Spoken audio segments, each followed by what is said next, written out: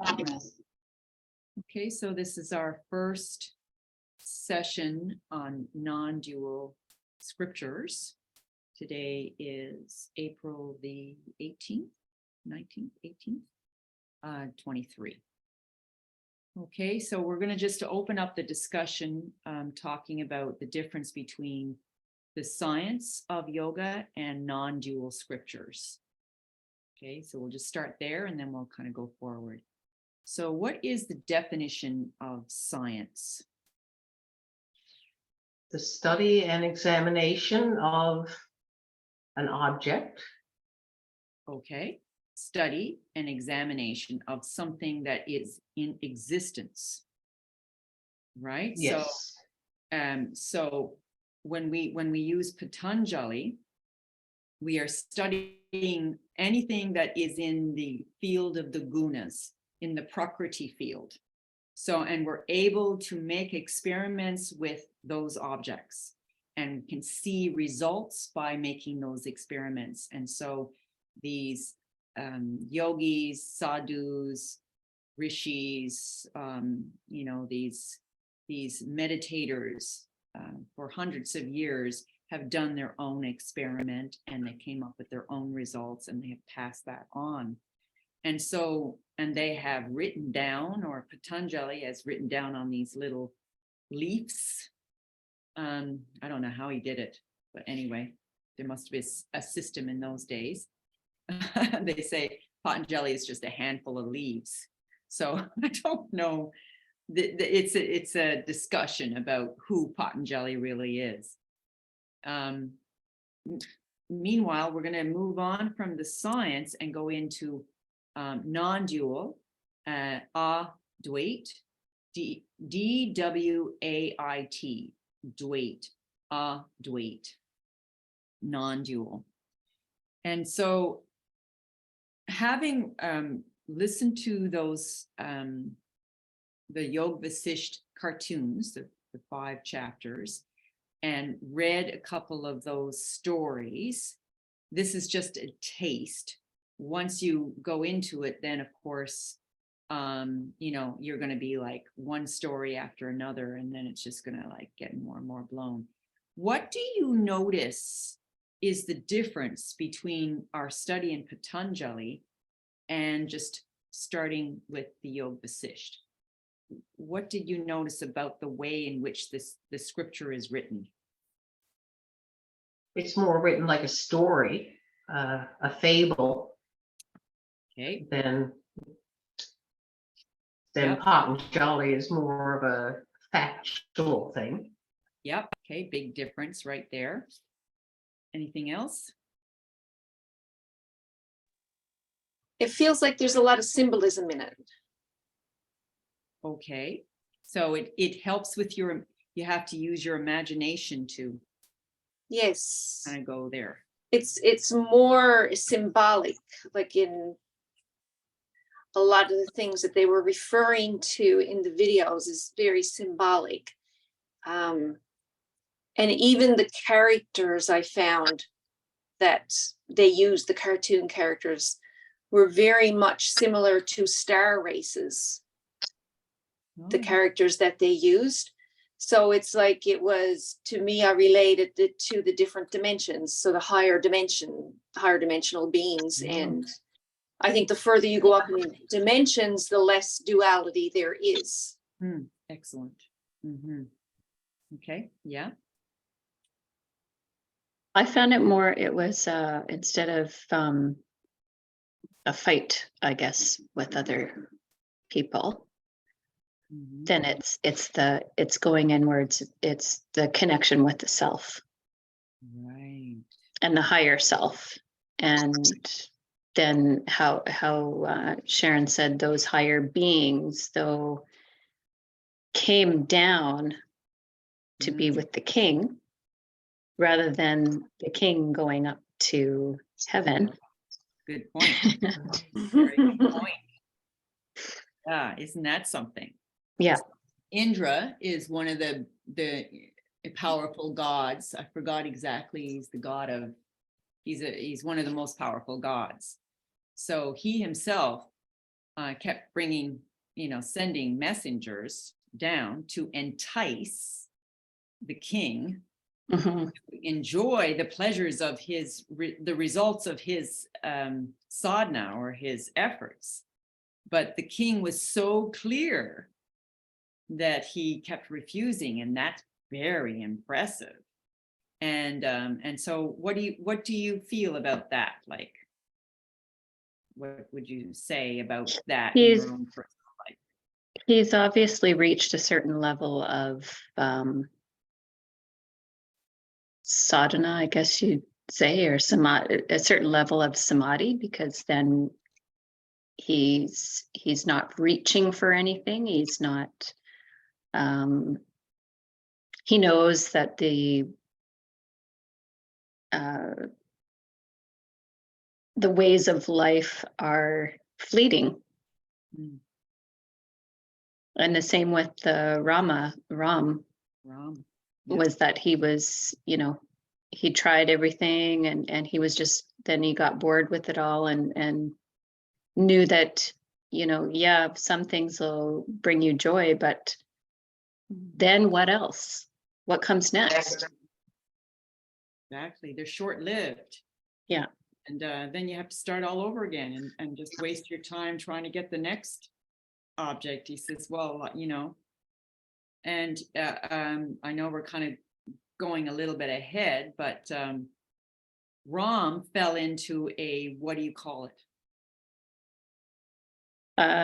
Well, the higher guru thought that or his father thought that he was depressed, probably, but the guru was saying, no, this is all normal. It's part of the process, and he just has to go through it.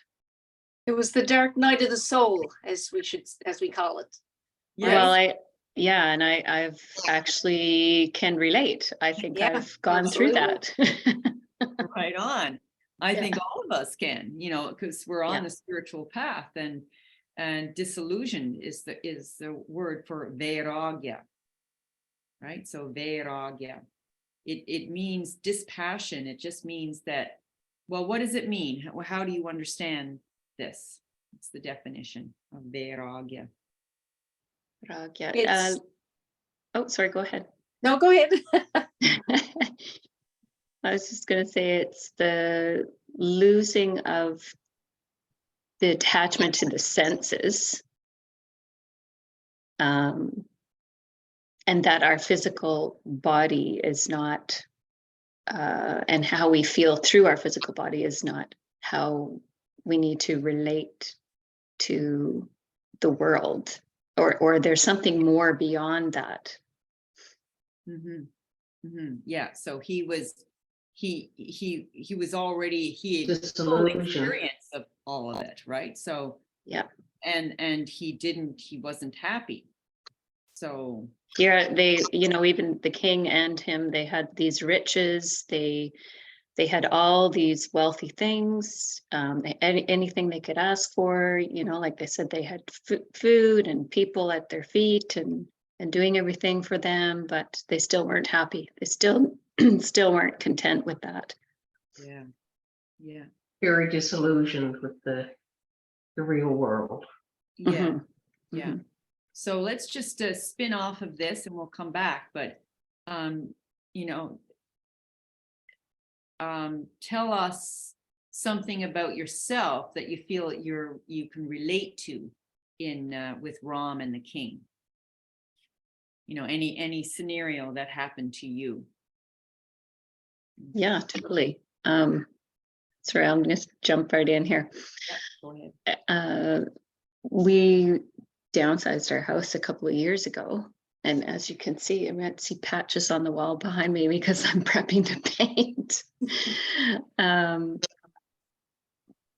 But we had a larger house, and I just found, even though things were good, we could afford it at the time and everything else, and money wasn't the problem. It was the house was too big, it was too much to clean, it was too much to look after, and I felt like I was almost swallowed up in it.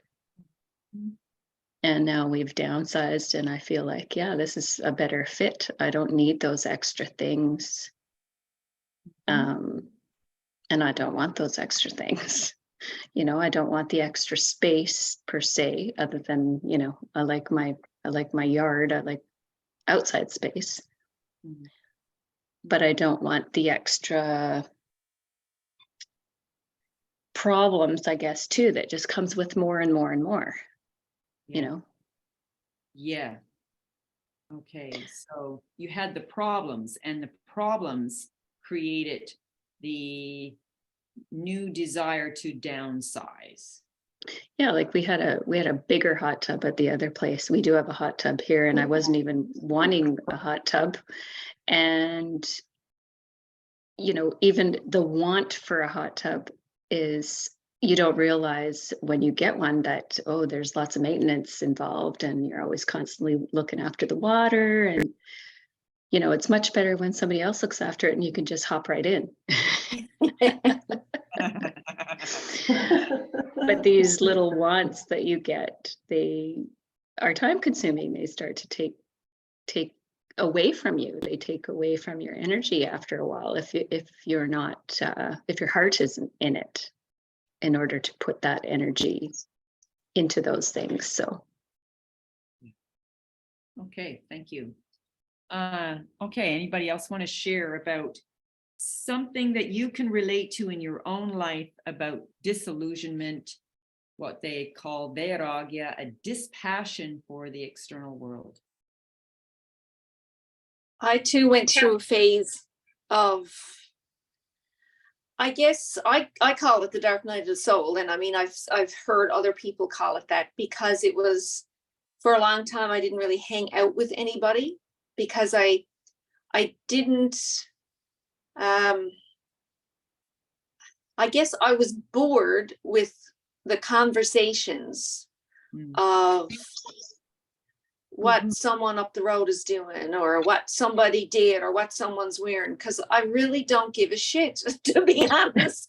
You know, and I couldn't be a participant in it. It was so it took time for me by myself and going within, which COVID was perfect for, by the way. It was made to order for me.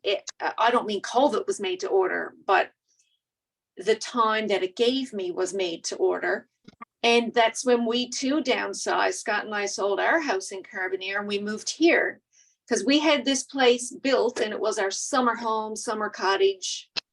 And we were coming here summers and we were coming here Christmas. And our last 3 years in Carbonear, we never even put up a Christmas tree. So obviously this is where we wanted to be, but it was a big decision then. It was like, but now that we're here, we're really happy to be here. But again, it's like you said, too much to clean. I didn't need 4 bathrooms. You know, my son had graduated from high school. What do I want all this space for? What do I need a rec room with dartboard, the pool table? And yeah, it was nice, but how often did we use it? If I really want to play pool, I'll go somewhere. You know, it's like you said, all the things that you have and the dust they collect. And so, yeah, we're in a much smaller house and much happier.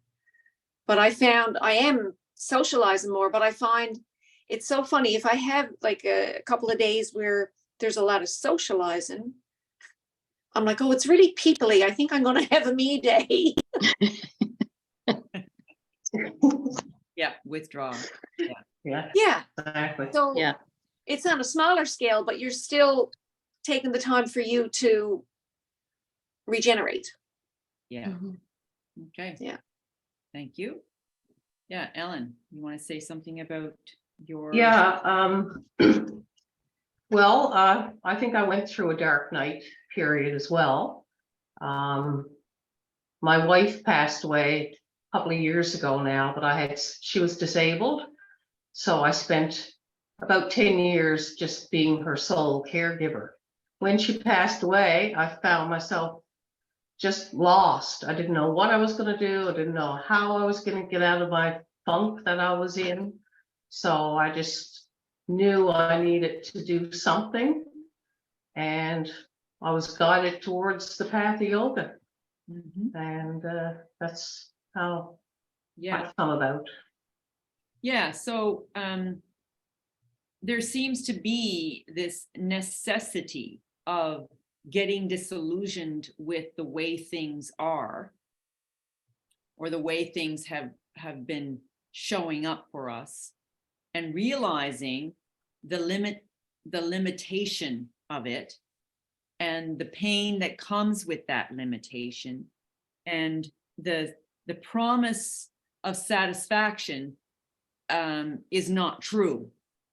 Like, you find out that it's not fulfilling. There's this kind of tease as if you go that way, but you find out that you're working harder, it's more stressful, it's actually not freedom. So most people who enter the spiritual path have to go through this, and that's why Vashisht, who's the teacher of Ram, and helping the king, Ram's father, saying, this is fabulous, like, good, he's young, he's already disillusioned, we got really good material here in terms of like real pursuit in the spiritual work. And I will say that Vairagya continues, like in the Yoga Vashisht, it talks about he's a young boy, right? Ram's young. But there's going to be more and more, you're going to get more and more disillusioned as you're in the world and you're doing your spiritual path, but you're still in the world. And so it just gets more and more, what do we say? Uninteresting. And so you withdraw and get more internal. So your internal world becomes far more interesting than the external world. And so we just call that a dispassion for the world, and it'll get worse. And it's not bad. It's just out there, you're just not interested. You're redirecting your attention. Yeah, I find, just like Sharon said, you're around a few people for a while and then you just need to be by yourself. And Mhm. I am finding that more and more. And so, like you said too, Sharon, the conversations Drain your just, energy.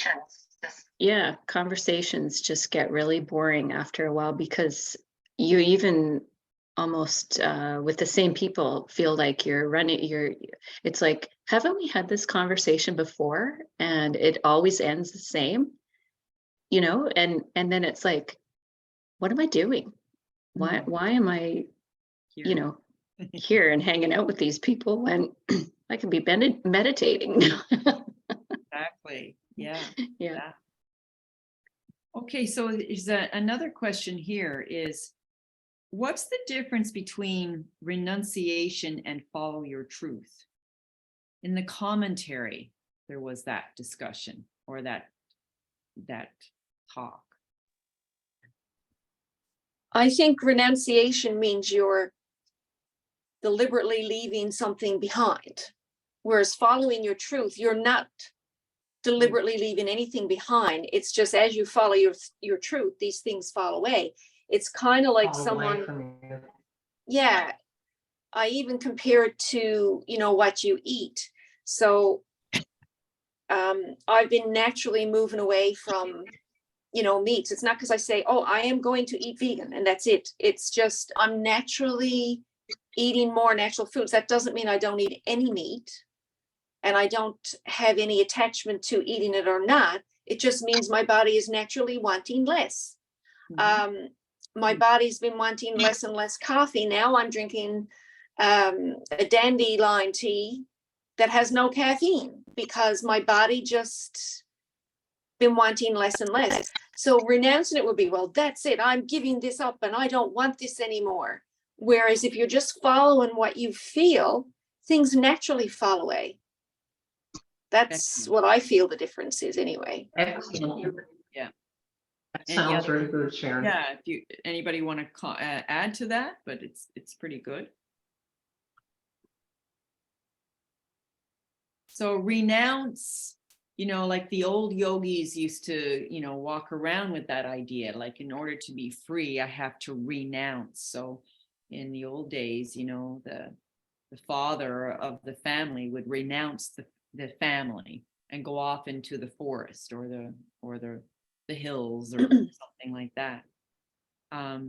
But that's precisely it. It doesn't have to be a harsh break, because renunciation actually is coming from more of a dualistic perspective. Like, this is bad and that's better.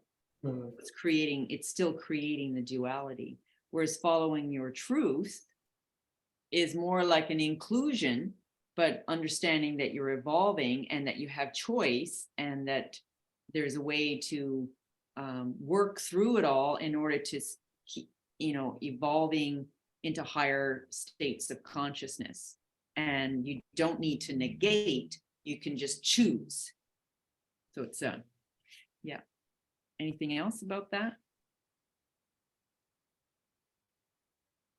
I think we're I good. think sometimes when you renunciate, like you said, too quickly or just too much too, you're also shutting yourself off from acceptance of everything, no matter what it is. So if you're saying, no, I'm not going to eat meat, or I'm not going to eat sugar, I'm not going to eat chocolate, you're cutting yourself off too from a flow sometimes. And like Sharon, like you said though, Sharon, I think it is better if it just happens gradually. It's, it's just supposed to happen naturally. Yes, It doesn't if work. it's meant if you to try happen, it do will. that. Yeah, because I have tried really drastically to cut things out, and it's like it rebounds on me. It didn't work for me either. So, but Yeah. as Sharon said, it naturally happens to your body anyway. You just move away from that. Your body doesn't want it anymore. Yeah. So the following your truth. So the renunciation is like a cut, and following it, actually things just fall away naturally.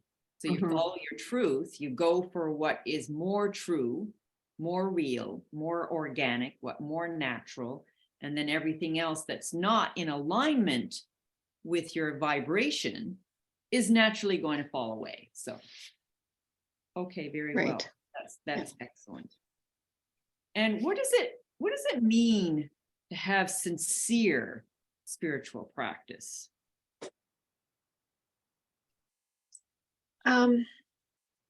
You're doing it for you. I'm sorry, I didn't hear what you said. What does it mean to have sincere spiritual practice? I mean, you can see, like in the cartoons there, like you can see these are like serious meditators, So, and then there was a statement about sincere spiritual practice. So here we are in the West. And so, it's, one thing to compare ourselves to sitting in the Himalayas, but that's an old yogic concept. So what is a sincere spiritual practice in our context in today, in the Western world? What would it look like? What does that mean? Well, you'd have to dedicate yourself to your studies, your scriptures, your meditations. You'd want to surround yourself with like-minded people, so you have someone to talk to about it and share your ideas like we're doing now. Yep. And you need a good teacher. Thank you, Miranda. Yeah, it helps a lot. Thank you. And I think just, being honest with yourself and also giving yourself a break sometimes.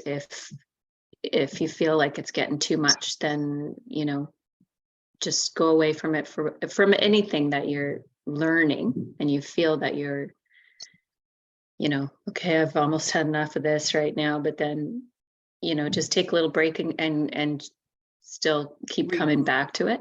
Yeah. Okay, that's a good point. That's a really good point. It's sort of like they say 2 steps forward, 1 step back. You have to kind of go back so you can reassess and then ground yourself a little bit more and go forward.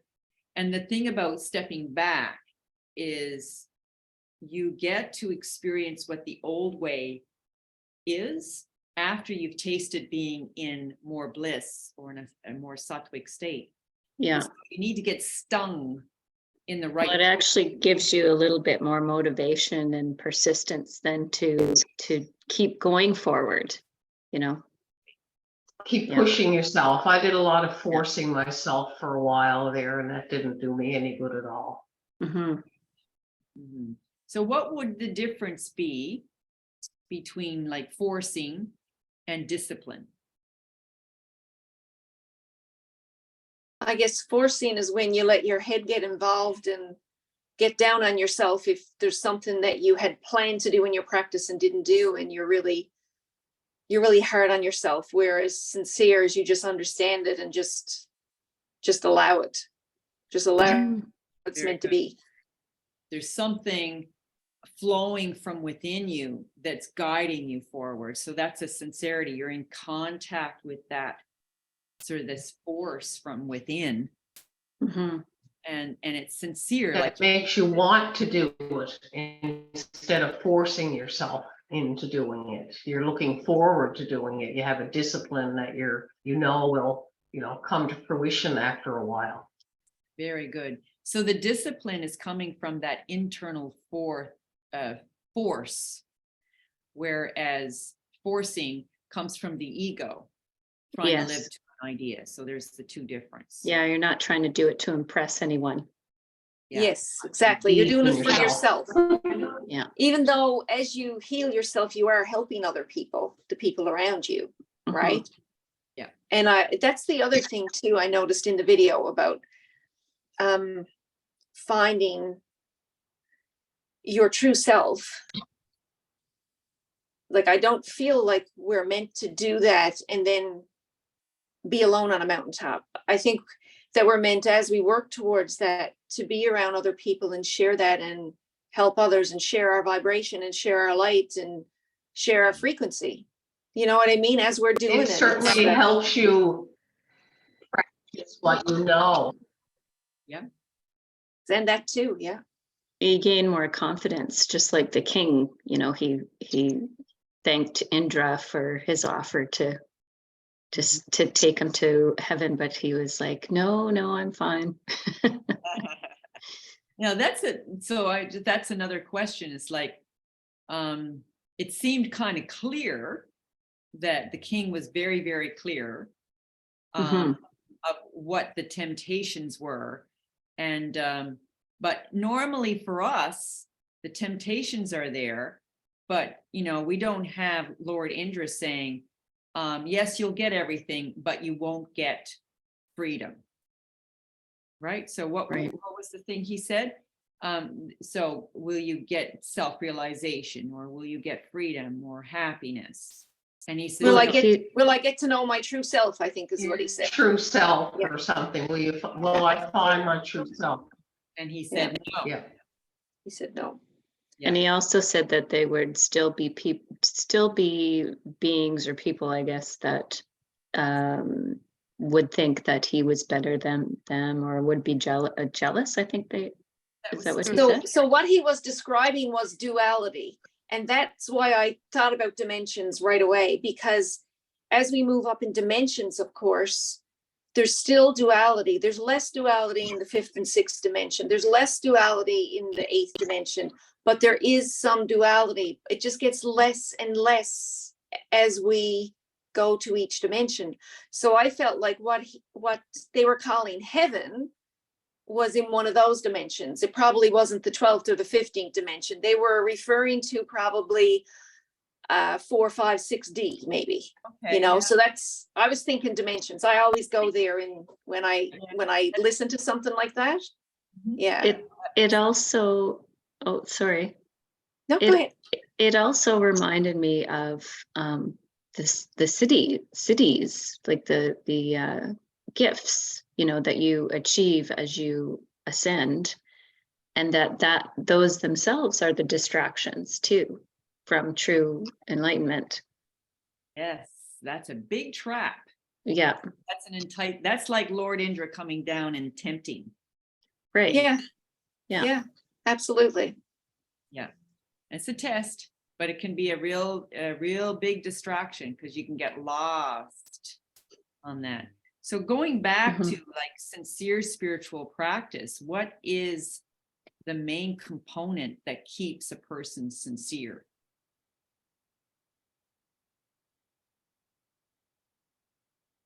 Their heart. Faith, Okay. Mhm. determination to find the answer. Yeah. And I'm going to add this. You're burnt. You're burnt. You're burnt. And you know what it feels like to be burnt. Oh, Yeah. Like you are so hurt. You've been hurt and you don't forget it. Like you know what Yeah. that's like. The king was it was so painful to hang out in the world of suffering. Like he Mhm. felt the pain so much that he'll never forget that pain. And he knows where that pain is coming from.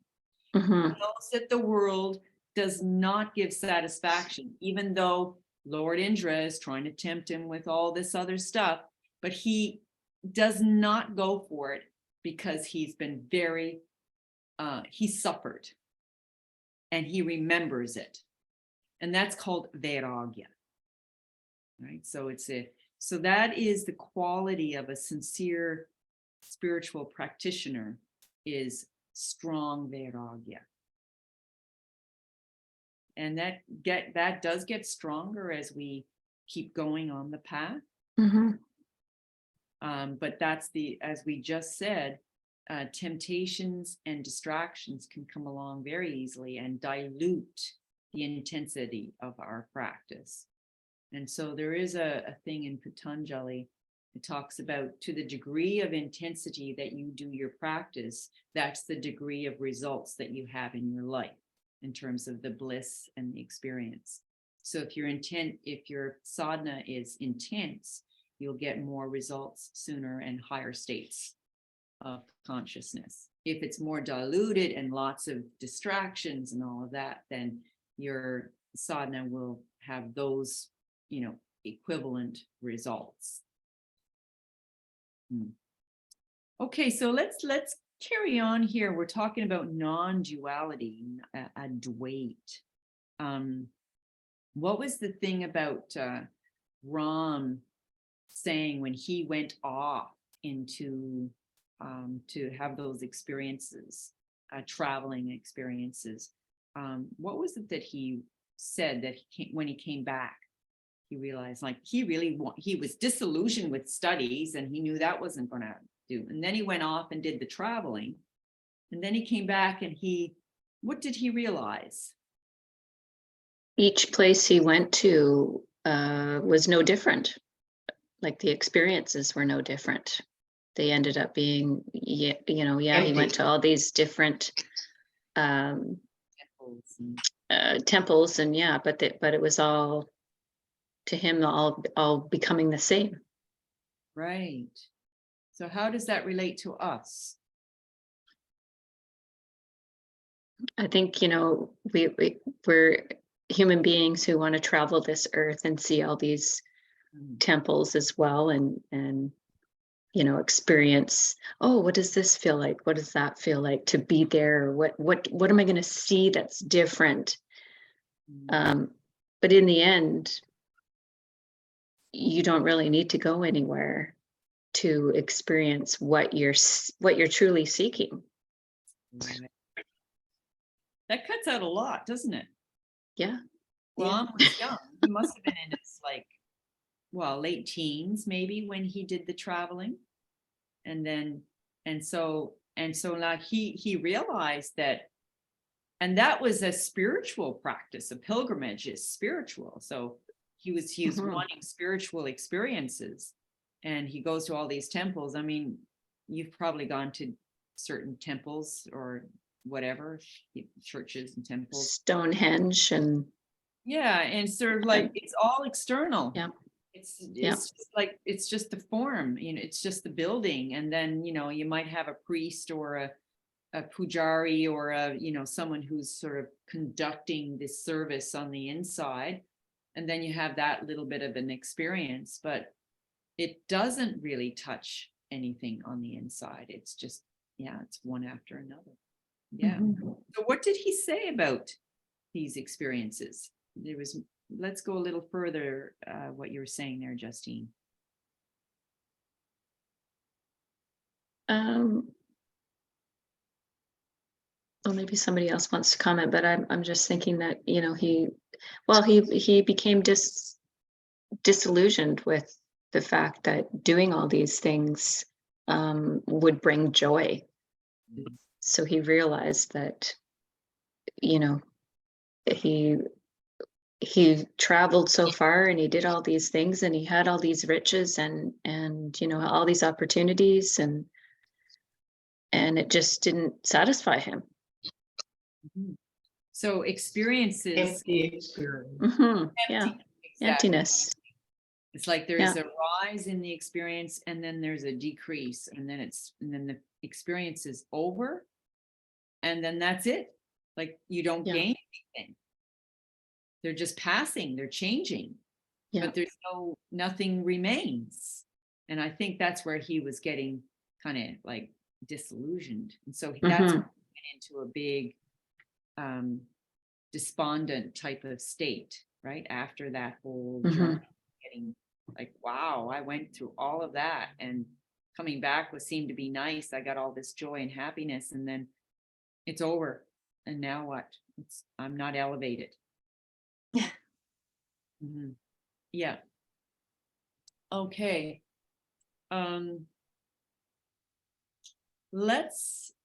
Okay, is there any other comments about non-duality that, so we have Patanjali talking about the scientific approach and the techniques. It was a lot of techniques, a lot of ways of looking at it.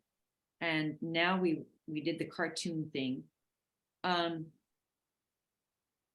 What's non-dual about all of this? What's non-dual about the cartoons? Is that what you're asking? Yeah, or that the story in the cartoon, about Or the story? yeah. Happiness guess doesn't come from another, Yeah. comes from within. Yes. Yes.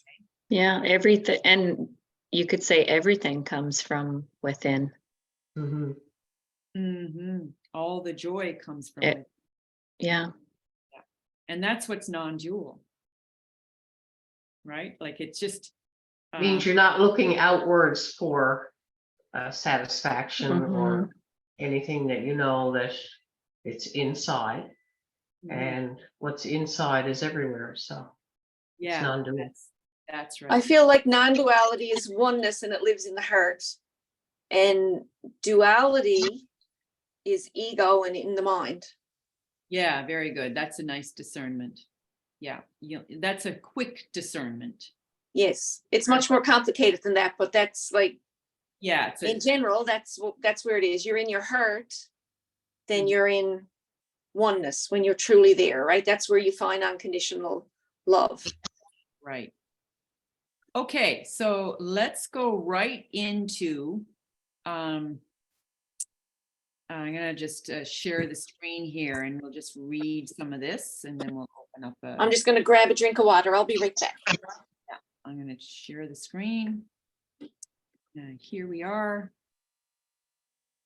Okay, so this is what I sent to you guys. All that. That was the first thing I read. Have I got to pick out who's enlightened in that story or what? Okay, so it's non-dual, right? So Yoga Vashisht has a lot of this kind of stuff.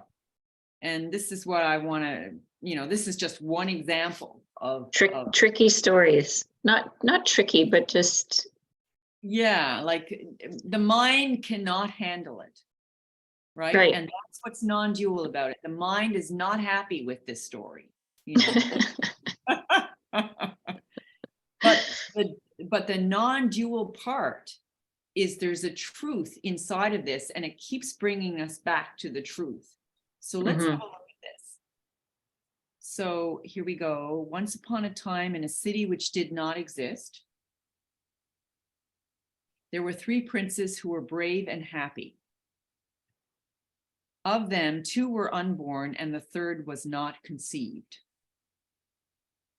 Unfortunately, all their relatives died. The princes left their native city to go elsewhere. Very soon, they fell into a swoon, unable to bear the heat of the sun. Their feet were burnt by hot sand. The tips of grass pierced them. They reached the shade of 3 trees, of which 2 did not exist, and the 3rd was not even planted. After resting there for some time and eating the fruits of those trees, they proceeded further. Okay, so right away, it's like, what? Once upon a time in a city which did not exist. And then you got 3 princes who were brave and happy, but 2 of them were unborn and 3rd was not conceived. So we're having a story, right? So tell me what you're understanding. Let's hear it from you. I think life is an illusion. 3D reality here on Earth is all an illusion. And so a lot of things don't really exist and aren't really happening. And this is just a play on that. Okay, excellent. Mhm. Yeah, and that there's always a source of everything, and that who says these things exist? Okay, good question. Yeah. You know, certain things only exist in certain people's minds and not others. Mhm. So it's Okay. what our mind wants to bring into reality, or so-called reality. Very good. So soon as we said once upon a time in a city, so as soon as we hear the word city, we have already associated something. And then it says, it negates it right away. Did not exist. And it doesn't exist. Where did it exist? In the mind. The mind. Mind from We the heard it. senses, Yeah. yeah. Right? And the whole Yeah. story is in the mind. And that's the beauty about Yoga Vashisht. It's non-dual. It's just saying, it's reminding us again and again, it's not there. So don't even entertain it. But it goes on and on and on, talking about everything that we do entertain, even though it's not there. Mhm. Right? So, and it's constantly not there. So, Yeah, making up the little stories in your head that aren't even true. exactly. You notice how it just keeps going. It keeps telling the story as if there's a continuity. And that's us. We're still living each moment. There's a sense of continuity, but we're still projecting something that doesn't exist. And Yoga Vashisht is exactly doing this. So it's perfect. That's why it just kind of cancels the minds, like, oh, but this is not real. Oh, this is not real. So more stories like this we need to read. The Right, other we thing have I got from this is that for us, our concept of time is very linear, where it really isn't. So when they talk about 1 not conceived and 2 not born, a lot of things are happening at the same time in different dimensions, universe, right? So that's the other thing I got when I read that, is the fact that, well, these can be happening at the same time, but our minds don't think that way. Excellent. Okay, so let's just open up that conversation. So it's not linear.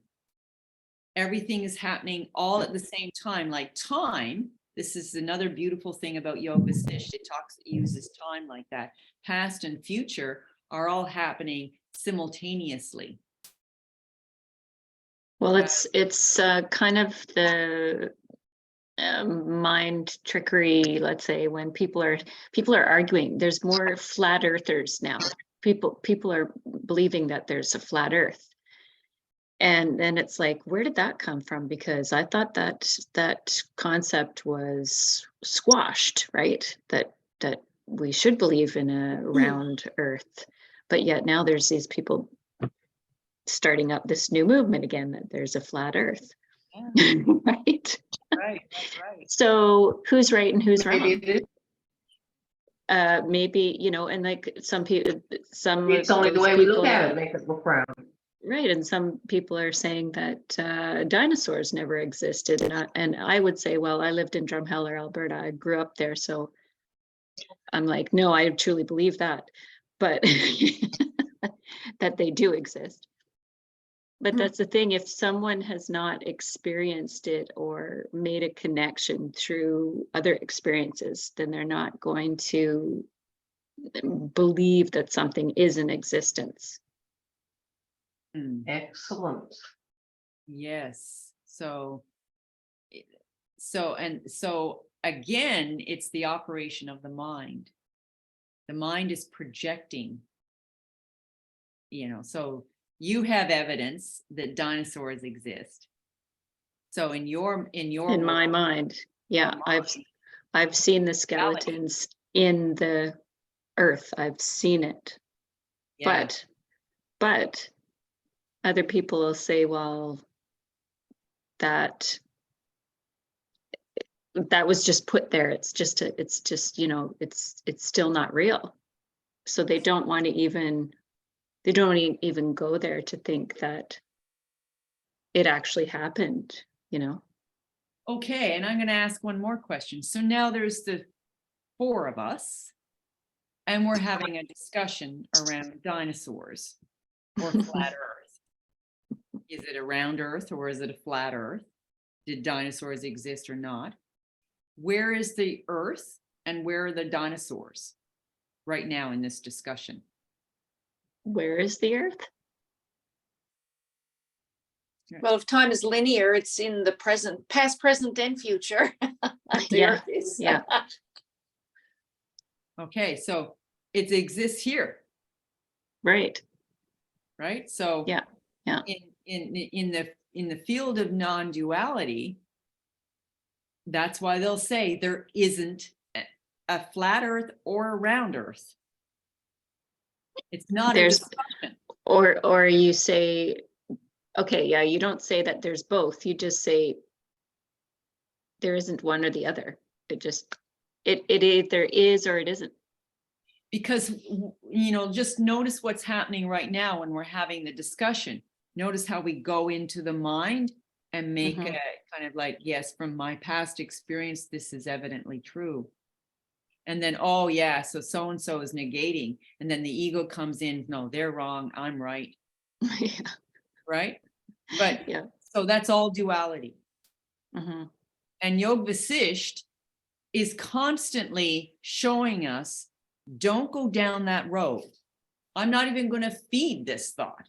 Someone's counteracting Earth, round, flat. Why even go there?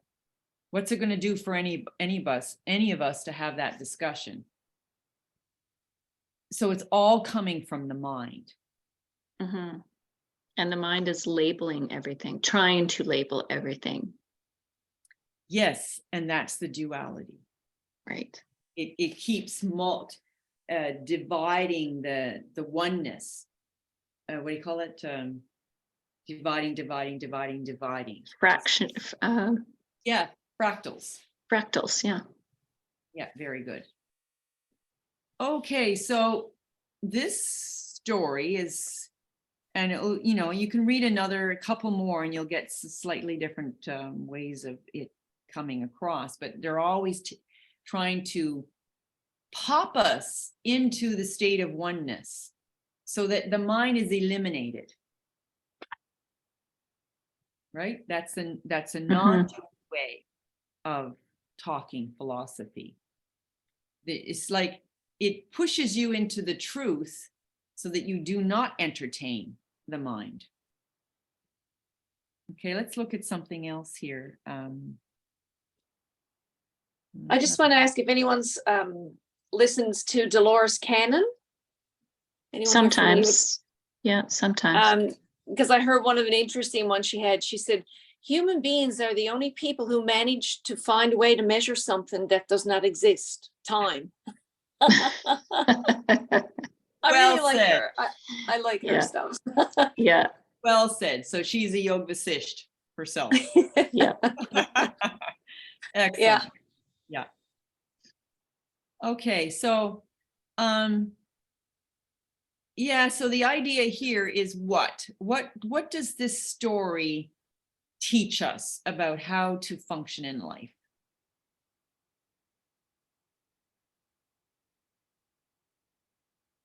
Ellen, you're muted.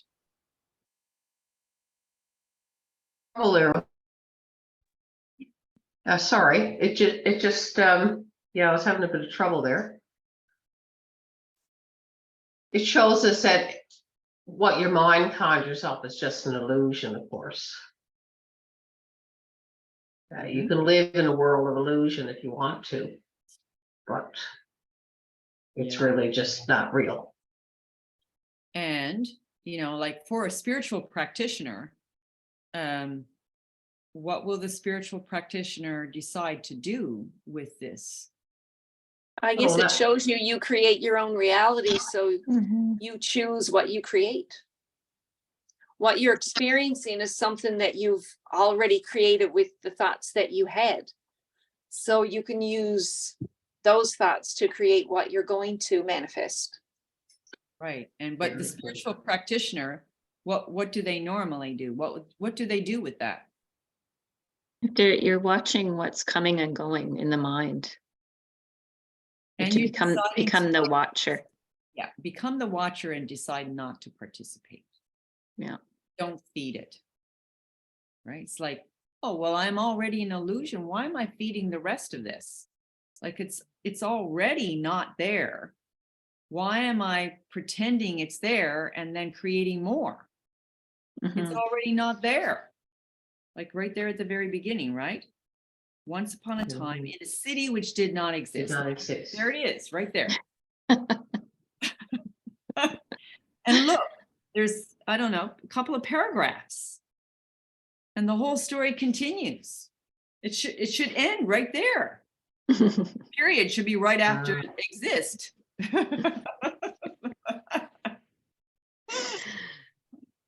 We did that. We created the rest of it. So The end. yeah, and so the strong meditator or the really this is what we're watching for. Is like, am I adding to this illusion? Like, like we catch our suffering. I'm suffering here. Why am I suffering? Oh, I went past exist. Did not exist. Sounds decided like to be- me at Dyads last night. Is that right? Yeah, I got myself all wound up, and as soon as I got out, I said, gee, that's just my mind doing that to me. That's it. Exactly. It was a complete expose of the mind. And that's what we're trying to do here. Expose the mind to say, oh my God, I'm not even going to feed this. Okay, let's go on to the next story here. Liberation. So here's I'll just read this.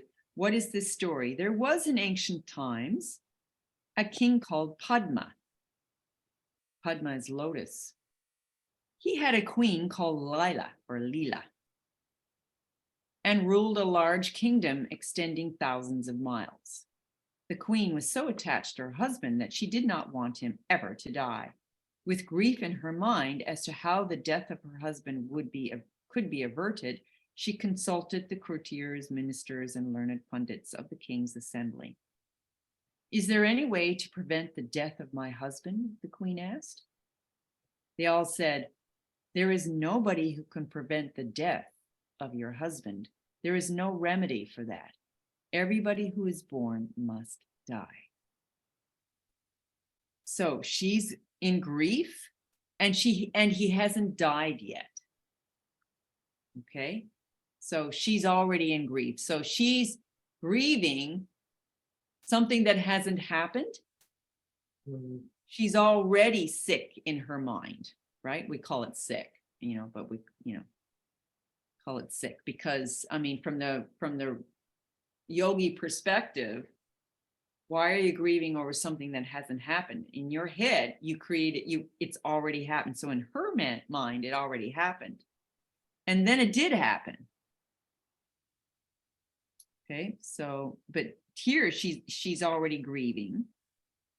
So the goddess appeared and asked, what do you want? So finally she called Saraswati. Please bless me, she says. I don't want my husband to die. The goddess did not answer the question. She simply said, when he dies, cover his body with a cloth and remember me. What kind of answer is that? So after many years, so she's been grieving for years, and then finally it happened. And so then I've lost everything. So she's calling Saraswati again. She says, what are you asking for? I want to see my husband wherever he is. Saraswati says, oh, okay, well, I'll take you to a place where your husband is living.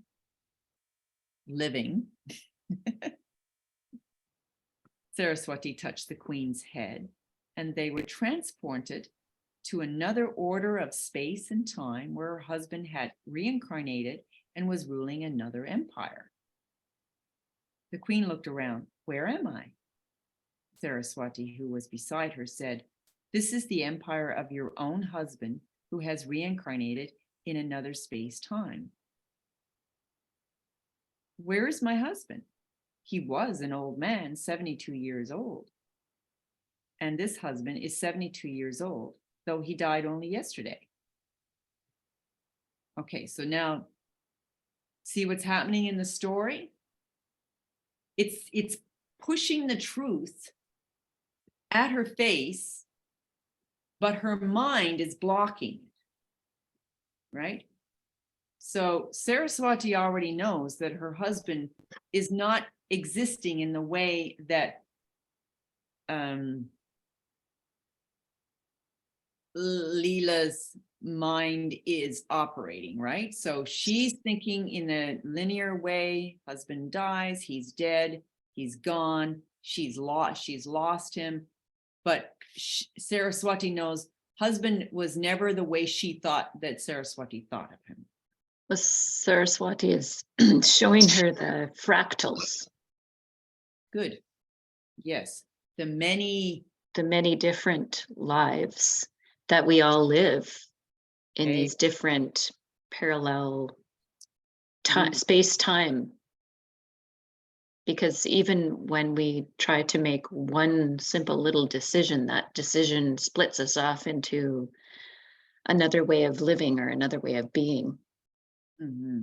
And then part of us can continue on another realm. Yes. And so this goes on, like the mind can go into all these different places. I mean, we know that, we experience that every day. I also see that she robbed herself of so much joy and happiness by not being present, because she was living in the future and she was attached. Yeah, so it's another demonstration of what attachment does.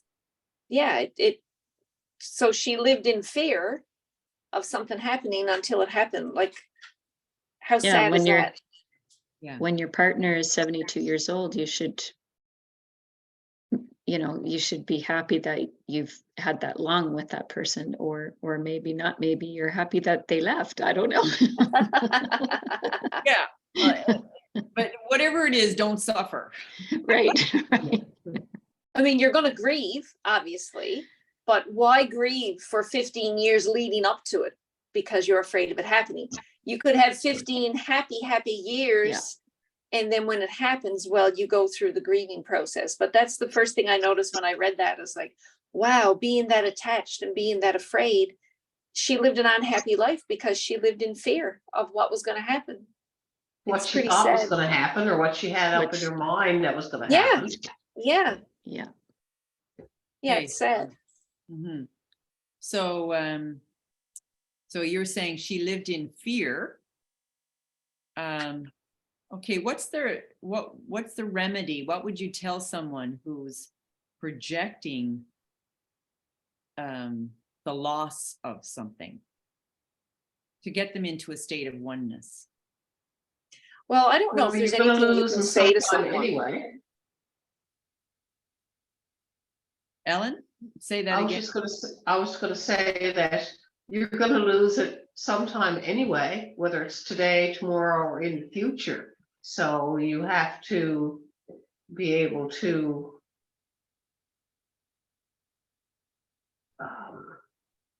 console yourself or remedy that situation that you have in your mind, that you're gonna lose something all the time. If you're looking forward to losing it, you could lose it tomorrow, you could lose it in the future. Don't put your mind in the mindset of losing it when you can remedy that maybe by just enjoying what you have in the moment. Okay, well, what about this concept of detachment now? Right? So the yogi practices detachment. Yeah. So then I'll use an example here. Like, so there's a person who is suffering about the possibility of her husband dying, which is going to happen to everybody. So then what you need to do with that type of mind is lose it now. Mhm. Like, go into the state of loss and be with that. Lose it now, and then when you're not attached, then you can enjoy, because you're not attached, right? So her issue is that she was attached. So Big that time. you have to train her how to become detached now. Detached, and then by losing the feelings that she doesn't want, she makes room in her energy for feelings such as gratitude, for instance. So even just waking up and thinking of one thing, two things, three things that you're grateful for can make such a difference in your day and your mindset, rather than wake up and think about everything that can possibly go wrong. A lot of it is mindfulness and mindset. Yeah. Yeah. So- Because you could go into the grocery store and have your mind set on wanting one thing. And then if that item isn't there, you think, oh, well, there's nothing here then. But Yeah. but really the grocery store is just filled with abundance, Yeah. and in your mind, you're like, just shut it right down. Yeah. And so then you end up with pain, as Right. opposed to opening to possibilities that, the energy can go to anything, all kinds of alternatives. Yeah. So Leela is, she's not independent. She's attached. She thinks that her whole world is because of her husband. So she doesn't know that she has the power to live a beautiful world without her husband. She doesn't know that. She's like, her mind is completely attached and fixated on everything about her husband. She doesn't realize she's sovereign. Very good. Yeah. She has no idea. Without her, her husband doesn't exist. Right? Yep. She's the one that created her husband. Yeah, and yet she's believing that without him, she doesn't exist. Right. It's all in her head. Yeah. Yeah, very good. So what do you think Saraswati is doing with her, with just teasing her like this? What's the purpose of Saraswati taking her here and taking her there, and Leela is just like, what do you think the purpose is? Trying to get her to lose her attachment. Yeah, open up her horizons. See that, what she thought of her husband is not what she was holding tightly to. Shaking up her fixation, like blowing her mind. It's called blowing your mind, like blowing the mind, meaning blowing the fixation in a certain way, and just like beat at it a little bit. So I'll just read something like, let's see. Saraswati said, "I will confuse you further." Somewhere in another space-time, there was a Brahmin couple who were very poor, living in a little room.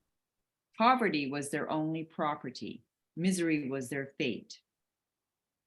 One day they saw a large procession in which the king of the country was being carried on I don't know how you pronounce that, palanquin? "Oh," they said, "what glory, if only we too could have that experience of being king and queen."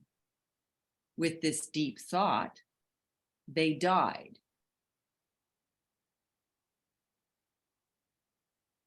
So they died because I don't know why. Anyway, they died. So they died. So the Brahmin couple died. They had the thought of how nice it would be to be king and queen, and then they died. Continuing her story, the goddess Saraswati said, "Listen to me carefully.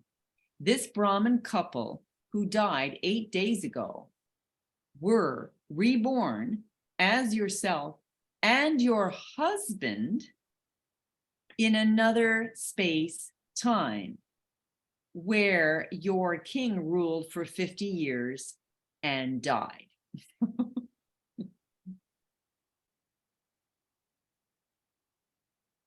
"What are you saying?" the queen said. "People who died 8 days ago have been reborn in a kingdom where the husband ruled for 50 years.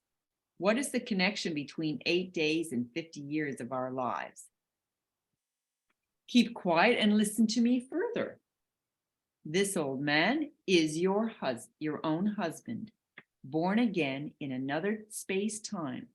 He is 72 years old." Saraswati continued. Leela said with shock, "How is it possible?" Saraswati continued, "Don't utter these words. How is it possible? Yesterday can become tomorrow. Tomorrow can become the present. There is no systematic arrangement of the order of space and time existing permanently everywhere in the cosmos.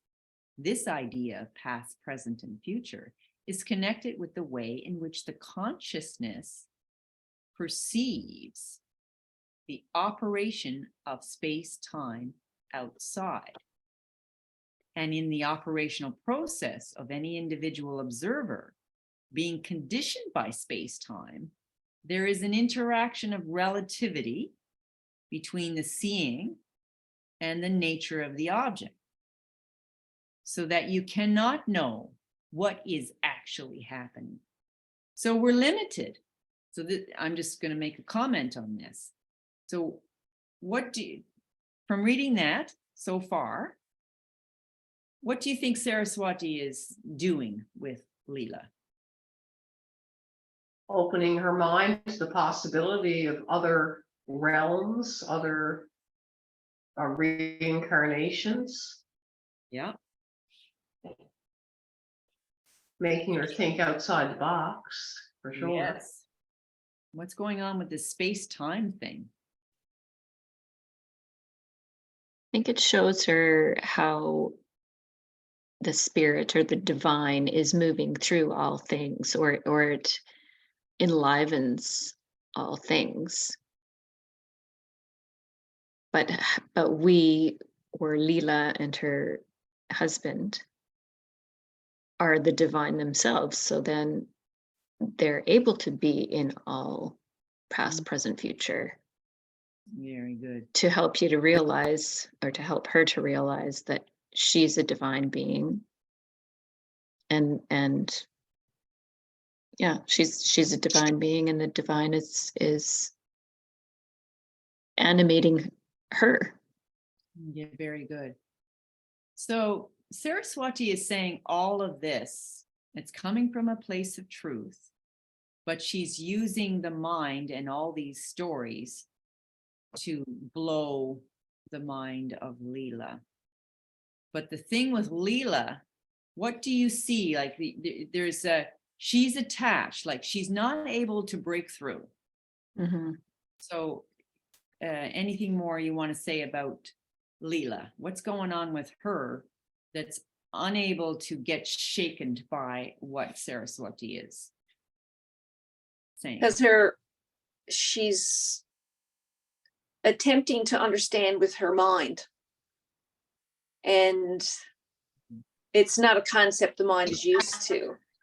And also, she has free will, so she can choose to not accept that and live the rest of her life in misery and attachment, and because her husband is dead. You know what I mean? Like, she's got a choice. And I think Saraswati is showing her what is possible, rather than seeing that there's all these possibilities for her. If her husband died here and here he is over here, well, what possibilities exist for me? But she still stays in that state of denial, I guess. Yeah, misery. Yeah, denial, resistant to opening to Yes. future. As I always say, denial is not just a river in Egypt. Cute, cute, cute. I got that from my brother. I use it all the time. Okay, so the story goes on, which you've read, right? So now Saraswati is playing another game with her. So Queen says, I want my husband. Immediately, Saraswati's grace operated. She allowed the soul of the old man to enter the corpse, which Leela had covered with a cloth. The king got up, as if from a long dream. He could not understand that he was ruling an empire in a different space-time, that he had waged a war and had died there. Nothing was known to him. He simply shook himself and woke up. Saraswati, for whatever reason, also brought the second Leela back into the very room where the king had died and re-entered his corpse. So now he had two queens.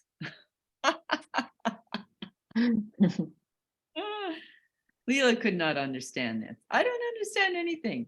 Don't make me mad. No, you will not be mad by my grace. I am only trying to enlighten you. Then King Padma ruled the kingdom once again with two queens. I will tell you something more, said the goddess. Don't tell me any more, said Leela. It's enough for me.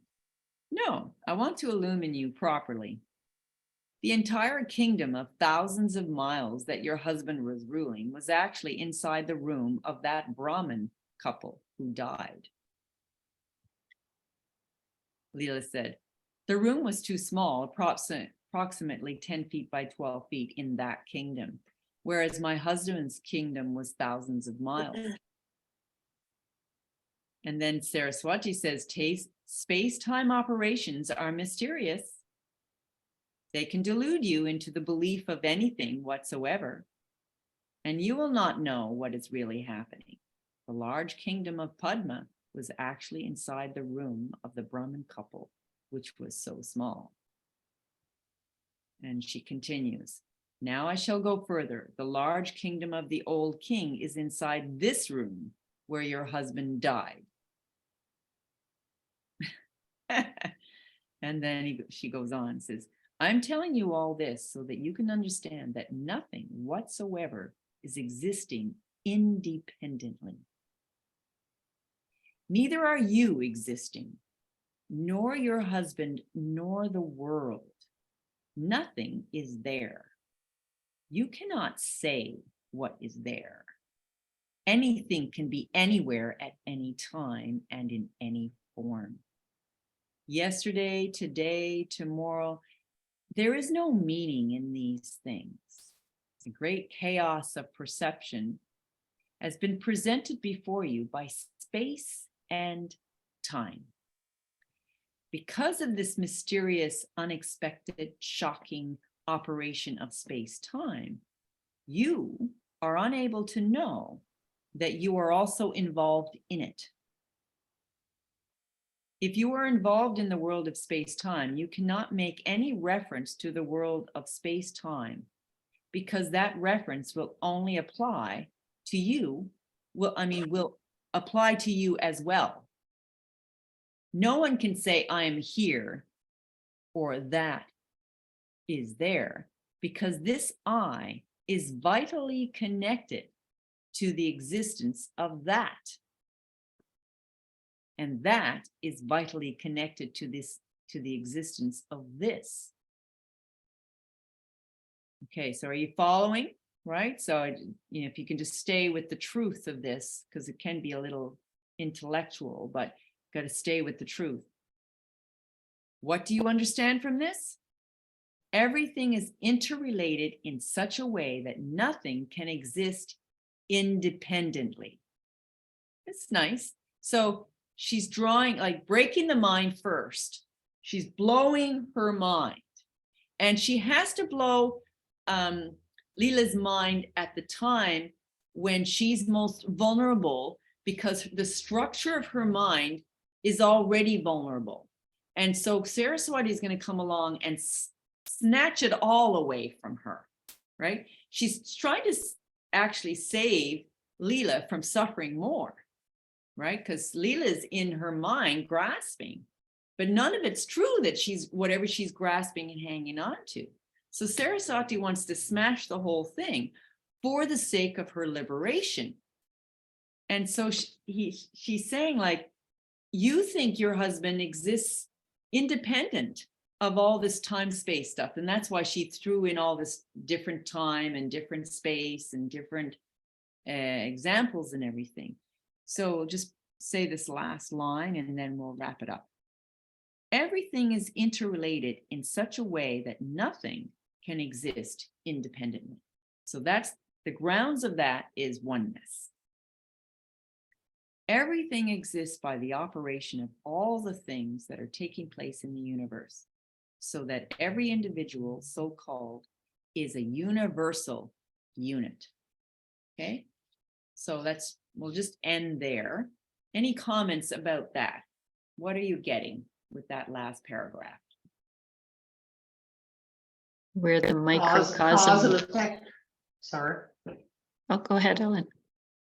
Well, everything has a cause and effect, that everything is interrelated. No matter what you do, affects something in the future. What you did in the past affects now and in the future, and other people, and just everything in the universe. It's all interconnected, as she said there. Yes, so as long as you're in the time and space, it's all interconnected. On a high vibration, you can see the interconnectivity. But when you're on a lower vibration, especially where there's attachment happening, you cannot see that interconnectivity. Mhm. That's okay. Justine? Oh, I was just going to say, the last part, as a universal unit, it just makes me think of the microcosm and the macrocosm connection too. Where whatever we do to ourselves, for ourselves, how we feel, that all affects everything and everyone around us, Yeah, and vice versa. it's all interconnected. Yeah. And it's, as you'll notice here, like Saraswati is still talking about the illusion. Saraswati is using the illusory world, which is all imagination in the mind, right? To Mhm. break Leela from her mind, where she's creating an illusion, right? So Saraswati is using all kinds of illusions to match, or trying to match, the one that she's stuck to. And saying, well, if you're going to believe that he's real and that he died, well, what about this? What about that? He died another incarnation and you were there too. She's not even thinking it. She's not even thinking about herself. She's just thinking what the thing that she's attached to. Mhm. And so ultimately, none of this exists in the realm of oneness. None of the phenomena, none of the pictures exist. The reality is it's just one substance. That's why it's saying interconnectivity, interrelated. So there's a substance that's one throughout. But she's identified with the forms of the substance, the underlying substance. Mhm. Saraswati is identified with the substance, not the forms of the substance. Right. That's the distinction. Get that? Any comments on that?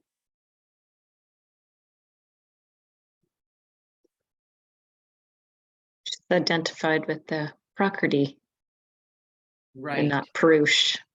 right. So Leela is identified with Prakriti, with the Mhm. forms of it, the shapes and the forms and all that. Whereas Saraswati sees the underlying reality, and that's where she stays in her understanding.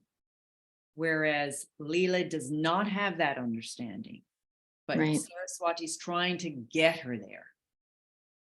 Through blowing her mind, she has to wake her up. She has to break this fixation, the attachment. That attachment has to be broken first before she has an opportunity to fly into all Take a these. different way, yeah.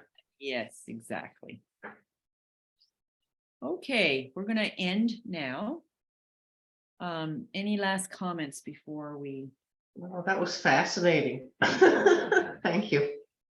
Okay, good. Yeah, it was great. And I loved all the little cartoon videos. Right on. Okay. Yeah, I love the cartoons too. It was really good. It helps, doesn't it? Well, I was all fascinated with the beans. I was like, oh, look at the way and each one of them were very unique with features of different star races. I just loved it. It was so cute. And it sets the mood, or the Yes. tone Yeah. of what Yes. non-duality is, and it put us right there, right at the top. Like, we're not down here trying to figure it all out. Like, it's like it takes you right to, like, okay, it's about disillusionment with the world, so let's go into what the truth is. Yeah. Took us right there. Mhm. So it helps us. So every story in Yoga Vashisht is another way to help the mind get to the truth by blowing the mind in all these different ways. So Miranda, Yoga Vashisht, is that like, are they different stories in one kind of booklet, or? Yeah, like I think it says right up the top here how many there are of it. Sharon, I actually searched it on the internet and came up with the Yoga Fish, and it's done in chapters. You can do it Okay. in a PDF form, or you can do it by chapters. So I'm reading through the chapters right now, trying to Good. blow my mind. Yes. Okay. It says Okay. here, right here, it says comprised of 32,000 verses. Wow. Contains many stories illustrating the nature of relativity of all things, and that nothing Nothing exists really exists by by itself. itself. I got a little bit of reading to do. Yeah, I mean, this is the first time that I've even ventured to, so thanks to you guys are kind of ready for this. But the average person's not ready for this, right? I mean, the Mhm. average person's hardly ready for Patanjali. So this is the next level up, right? So I'm learning so much from Sharon and Justine and yourself. Thank you. fabulous. I think we all learn from each other because we all have a different Yes, understanding. all We have a all have different our own story. truth that we share. yeah, And by sharing our own truth, we all take little pieces from everybody, and it It's just the oneness. makes it whole, if that makes sense. Yeah, It makes, no, it makes exactly. it better oneness. Yep. Our Great. stories are different, but they are alike. okay, so by the way, so if you are doing any more research with Yog Vashisht and you find a really good story, just send it on, send us the link so that we can watch. Sure. Doing any more research in the Yog Vashisht, because so this link here actually has some good more stories and more you can research a little more there. So Mhm. if you have reading time, like I don't have a lot of reading time, but if you have any reading time and you come across something, just send us the link. All right, good. so I have yet to decide what our next scripture will be. It could be the Upanishads. So that will take me a little time to do some research, but next month, I think we penciled in another time, didn't we? Did we? Yeah. I can't remember the date now offhand. It is May the 23rd. It's another Tuesday, right? Night. Yeah, in May, I may not be able to do Tuesdays. Oh. Okay, well, I'm pretty open, so you guys can figure out what okay, works so for you if there's guys. another I'm pretty time, yeah, good. get back to me So- about that. Okay, I'll get back to you. Yeah, because we hadn't talked about another time in May. Maybe it was in one of your other classes. We talked about May, but we didn't put a date to it, kind of thing, right? Okay, well, So I'll see what happens on my end, and I'll email you on that. okay, no problem. Yeah. All right. All right, so I'm ending stopping the share, and I'm going to stop the recording. Okay. All right.